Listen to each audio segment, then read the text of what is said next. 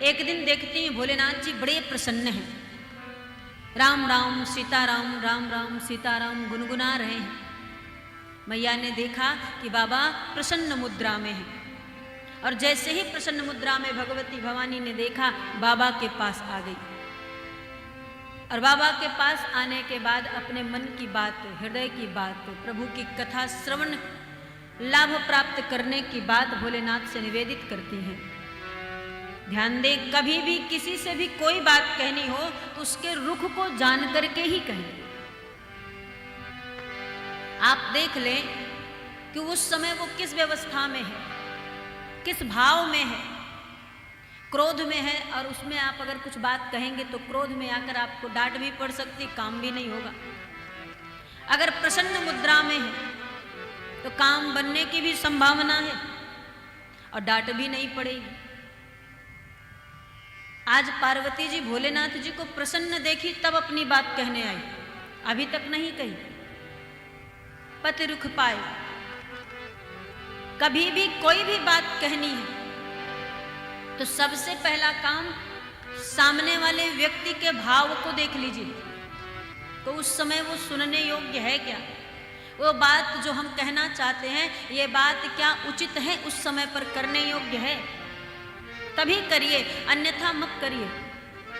अगर नहीं आपको लगता है कि भाई अब कोई व्यक्ति 4 व्यक्ति के साथ बैठकर बातचीत कर रहा हो और उसी में आप आकर अपनी बात कहने लगो, तो उस व्यक्ति को भी क्रोध आएगा, बात भी ना बनेगी। और जब देखिए प्रसन्न मुद्रा में है, गुनगुनाता गाता हुआ अकेले घर में विचरण कर रहा, तब अपनी बात रखिए, कहिए उससे। प्रसन्न मुद्रा में होने के नाते आपके कार्य को वो समझेगा, बात को समझेगा भी, करेगा भी। तो भोलेनाथ को प्रसन्न मुद्रा में देखकर पार्वती जी आई हैं और अपनी बात भगवान से कहना चाह रही हैं। और भोलेनाथ जी सुंदर राम में होकर के बैठे हुए पार्वती जी को देखे, पार्वती जी आई हैं तो वामांग में आसन दिया, आदर सम्मान के साथ वामांग में आसन दिया। और आसन देने के पश्चात महाराज पार्वती जी निवेदन करना चाह रही हैं। मैया ने कहा, सरकार हमारे मन में एक बात है, हम आपसे कहना चाहते हैं। भोलेनाथ जी बोले, बताइए।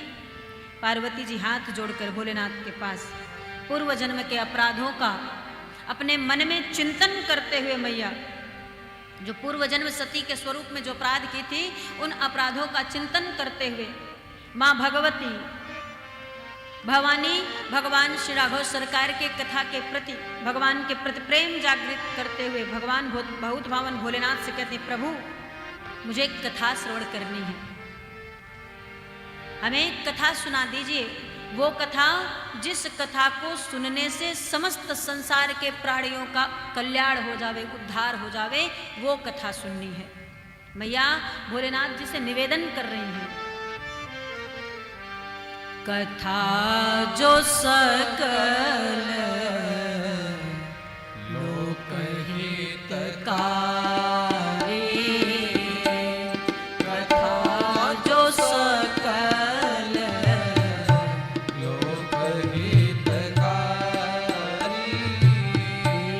सोई पूछन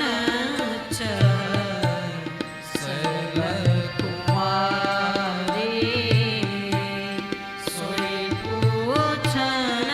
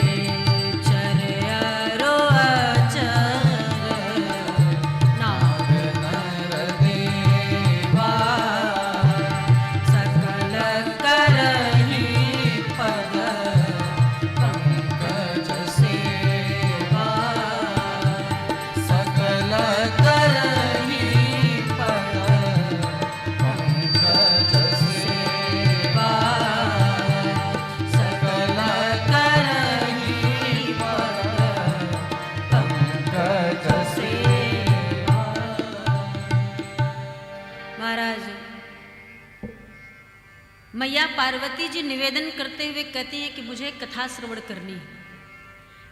कथा जो सकल लोक हितकारी, सोई पूछन चह सैल कुमारी। जिस कथा को सुनने से संसार के समस्त प्राणियों का कल्याण हो जावे, जो सबके लिए कल्याणप्रद हो, सबका उद्धार कर दे।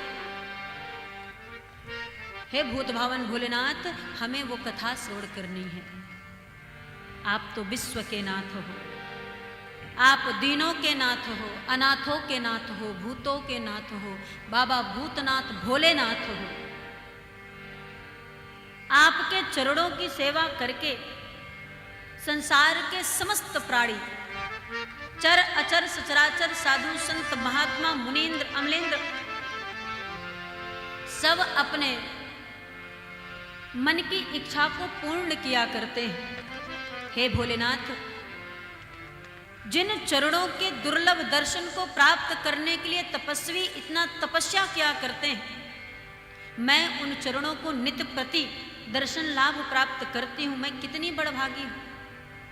आपकी कितनी अनुपम कृपा हम पर है सरकार, कि नित्य प्रति इन चरणों की सेवा करने का मुझे अवसर प्राप्त हुआ है। हे नाथ, मेरा सौभाग्य है ये, मैं बड़भागी हूं जो ऐसा अवसर, ऐसा लाभ मुझे प्राप्त हो रहा है। और ये नाथ, यदि मैं आपके चरणों की सेवा भावपूर्ण से करती हूँ, प्रेम से करती हूँ, छल कपट स्वार्थ को त्याग कर करती हूँ, तो नाथ आप भी हम पर कृपा करिए और कृपा करके प्रसन्न होकर के हमारे अंदर के अज्ञान रूपी अंधकार को नष्ट करिए और ज्ञान रूपी प्रकाश प्रज्वलित कर दीजिए। अज्ञान रूपी प्रकाश जिस कथा को श्रवण करने से प्रकाशित होता है और अज्ञानता नष्ट हो जाती है, हे नाथ मुझे उसी कथा को श्रवण करा दीजिए।